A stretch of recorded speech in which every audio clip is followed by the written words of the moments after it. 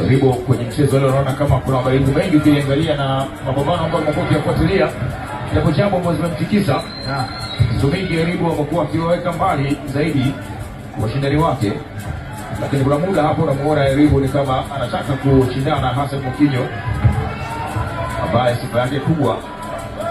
Naona kitu cha tofauti ni Hassan Mwakinyo kaanza na fast ball mpaka raundi ya pili.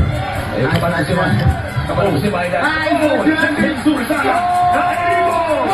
Ribo angry. Kuni Hassan Mwakinyo. Anahesabiwa. Ribo anahesabiwa.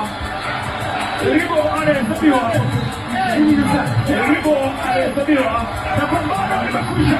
Hassan Mwakinyo round ya mapema tu. Round ya pili. Mwanzoni dakika za mwanzoni kabisa. Anatimiza kazi ambayo analeta.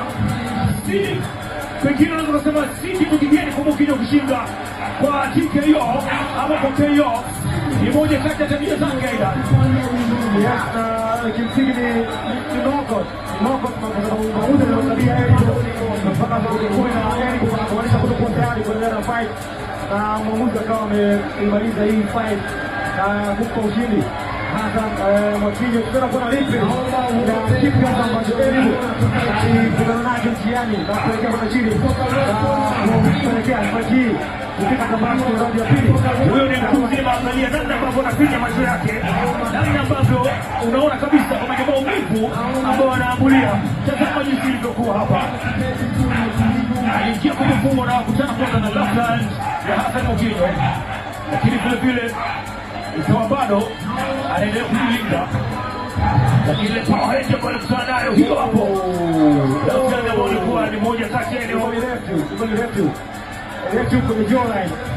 kwenye jawline ikamkuta Eribo na kumpeleka kwenye canvas na kupeleka fight hiyo. Ilikuwa ni left ambayo ilimkamata Eribo akiwa haioni inapotoka kwenye jawline ama kwenye kidevu na kumfanya Eribo kupiga magoti kabla